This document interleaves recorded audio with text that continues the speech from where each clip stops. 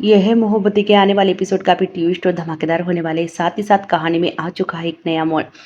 शगुन ने चली एक नई चाल पीहू को हासिल करने की। जी हाँ दोस्तों, यहाँ पर शगुन ने यहाँ पर इशिता और रमन को कोर्ट में बुलाया है। जैसे ही इशिता और रमन को पता चलता है कि पीहू की कस्टडी वापस पाने के लिए शगुन अपनी चाल चल रही है, यहाँ पर सारा भल्ला परिवार आ जाता है। रमन कटघरे में आकर कहता है कि जज मैडम, ये शगुन एक अच्छी माँ नहीं है और ना ही वो एक अच्छी माँ बन सकती है, क्योंकि उसके पहले भी 2 बच्चे हैं और ये पहले मेरी पत्नी रह चुकी है। मुझे अच्छी तरीके से पता है कि ये अच्छी माँ नहीं बन सकती। यहाँ पर शगुन को भी बुलाया जाता है। शगुन कहती है कि जज मैडम, पीहू को मैंने पूरे 7 साल से पाला है और अपनी माँ की ममता दी है। जब इशिता को पीहू को अपनी माँ की ज़रूरत थी तो इशिता घर छोड़कर चली गई थी और 7 साल बाद वापस आई है और मेरी बेटी पर हक जताना चाहती है। जज मैडम, मैं पीहू के बिना नहीं रह पाऊंगी, ना ही पीहू मेरे बिना, क्योंकि पीहू मुझसे बहुत प्यार करती है, ना ही इशिता से। यहाँ पर रमन काफ़ी गुस्सा हो जाता है शगुन पर। दूसरी तरफ यहाँ पर आदि कुछ सामान लेने के लिए दुकान आता है। यहाँ पर उस कुछ महिलाएं होती है जो आदि के बारे में गलत सलत बोलती है। कहती है कि इसी ने एक लड़की पर लिक्विड फेंका था, ऐसे लड़कों से हमें दूर ही रहना चाहिए, पता नहीं ये क्या कर सकते हैं। यहाँ पर मिहिका भी आई होती है। मिहिका ये सब कुछ सुनती है और मिहिका को बहुत बुरा लगता है, क्योंकि आदि के बारे में लोग क्या क्या कह रहे हैं। वही दूसरी तरफ अब शगुन कहती है कि जज मैडम, मेरे पास बर्थ सर्टिफिकेट है जिस पे रमन भल्ला और मेरा नाम है, जहाँ पर हम दोनों का नाम है पीहू के बर्थ सर्टिफिकेट पर, तो कस्टडी मुझे ही मिलनी चाहिए। इशिता ये देखकर काफ़ी गुस्सा हो जाती है। इशिता कुछ बोलना चाहती है पर जज मैडम कहती है कि आपको बोलना नहीं है बीच में, जब आपकी बारी आएगी तब आप बोलना। इशिता यहाँ पर रोने लगती है, क्योंकि यहाँ पर जो बर्थ सर्टिफिकेट होता है पीयू का, वहाँ पर रमन और शगुन का नाम होता है। यहाँ पर शगुन कहते हैं कि मेरे पास सबूत है और मैं ही मेरी बेटी को लेकर जाऊंगी। यहाँ देखकर सब कुछ शौक हो जाते हैं, क्योंकि उन्हें बहुत बड़ा सदमा लगता है कि अब शगुन पीहू को हमेशा के हमें उनसे दूर लेकर जाएगी। यहाँ पर आदि यहाँ पर नाराज होकर आता है।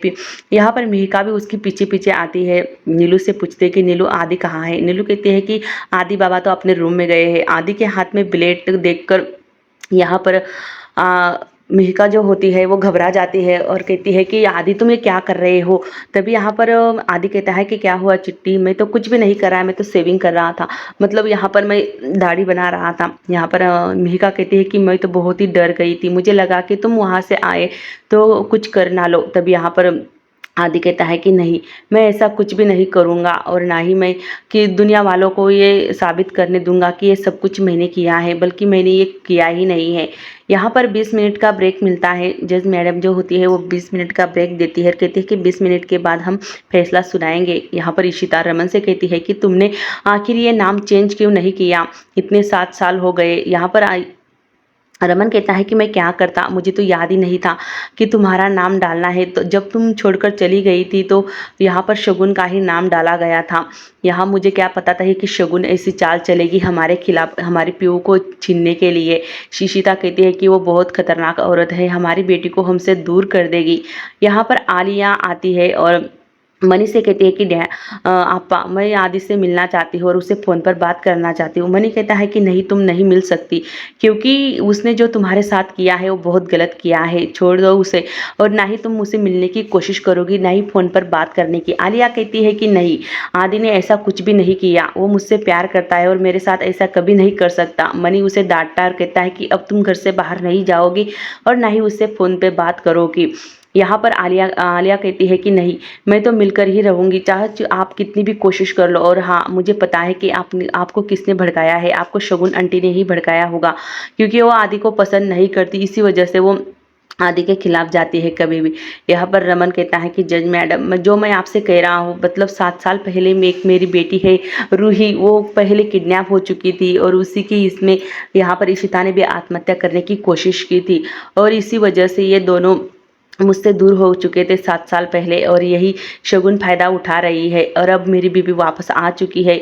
ये ना ही एक अच्छी माँ बन सकती है और ना ही अच्छी पत्नी, बल्कि ये तो कितने पति बदल चुकी है और इसके 2 बच्चे भी है जो इसके और मेरे है, वो दोनों बच्चों भी इसे माँ नहीं कहते बल्कि इसे माँ के रूप में पसंद ही नहीं करते। तो तुम आप ही सोचो कि पीहू को ये कैसे संभाल सकेगी, उसकी परवरिश कैसे करेगी, और उसकी परवरिश मैं और इशिता अच्छे से कर सकूंगी, क्योंकि पीहू को एक पूरा परिवार चाहिए। क्योंकि इसका पति जो है नया, वो भी उसका साथ नहीं दे रहा है, क्योंकि वो भी कोर्ट में नहीं आया है, क्योंकि वो भी नहीं चाहता कि पीहू की कस्टडी शगुन को मिले। तभी मनी आता है पीछे से और कहता है कि किसने कहा कि मैं शगुन का साथ नहीं दूंगा, मैं तो पूरा साथ दूंगा शगुन का।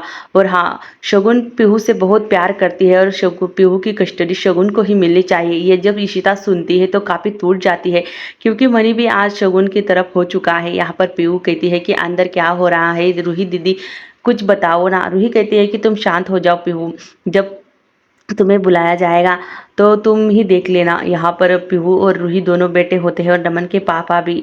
यहाँ पर मिहिर फोन लगाता है और पूछता है कि क्या हुआ पापा, वहाँ पर क्या चल रहा है। यहाँ रमन के पापा कहते हैं कि कुछ नहीं बेटा, अभी तक कुछ भी नहीं समझ में आ रहा है कि क्या हो रहा है।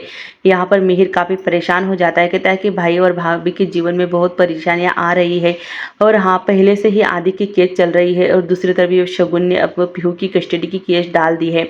यहाँ पर आलिया आदि से मिलने घर आती है। आदि आलिया को देखकर काफ़ी खुश हो जाता है और वो अपने आप को शर्मिंदगी महसूस करता है, क्योंकि आलिया के साथ जो भी हुआ है उसकी वजह से हुआ है। आदि को ऐसे ही लगता है। आलिया कहती है कि आदि क्या हुआ, तुम इतने अपसेट क्यों हो। आदि कहता है कि आलिया तुम मुझे मिलने आई, मुझे बहुत अच्छा लगा, पर सच में यह सब कुछ मैंने नहीं किया और मुझे याद भी नहीं है कि यह कैसे हुआ और किसने किया। आलिया कहती है कि मुझे पता है कि तुमने ये सब कुछ नहीं किया, पर जिसने भी किया है मैं उसे छोड़ूंगी नहीं। दूसरी तरफ पीहू को बुलाया जाता है कटघरे में, और यहाँ पर यशिता काफ़ी नर्वस हो जाती है कि पीहू का आखिरी फैसला क्या होगा, ये मुझे चुनेगी या शगुन को।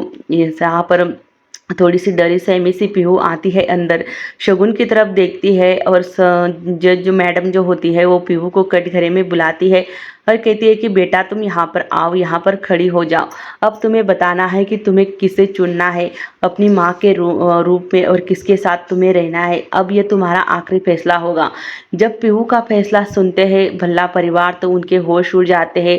यहाँ पर इशिता और रमन का पूरी तरह से मतलब हिल जाते हैं, क्योंकि पीहू चाहती है कि वो शगुन के साथ रहे, और पीहू ने कहा है कि मुझे शगुन मम्मा के साथ रहना है। यहाँ पर इशिता आंटी अच्छी नहीं है, जब से वो हमारे घर आई है हम मेरे पापा उसी की बात सुनते हैं।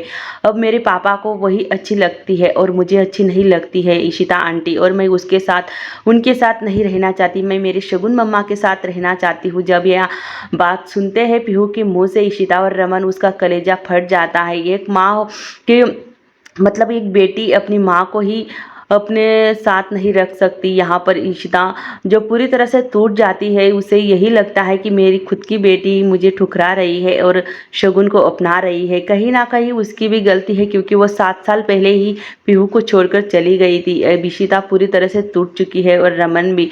यहाँ पर शगुन तो काफ़ी खुश हो जाती है पीहू की कस्टडी लेकर, पर पूरा भल्ला परिवार के जो सर पर आसमान टूटा है वो कभी भी मतलब भूल नहीं सकते कि पीहू ने उनकी साइड लेने की वजह से पीहू की मतलब इस शगुन की साइड ली है, और वो शगुन के